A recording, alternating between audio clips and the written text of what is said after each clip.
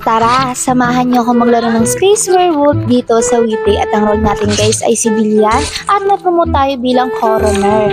At papunta na nga pala ako sa may power room kasi meron ako naaamoy na patay and boom, nakita ko yung footprints ni number 2 guys na pinatay niya si number 1. Ito muna tayo guys kasi nakita ko yung footprints, pinatay niya si number 1. Kaya ito na. Nag-quit si number 2, kaya naman nag-skip na kami lahat at nandito ako sa may comlos para ayusin yung sabotage at napansin ko nga na si Jake ay sinusundan niya ako kaya paglabas ko ng ER, boom, pinatay niya ako guys.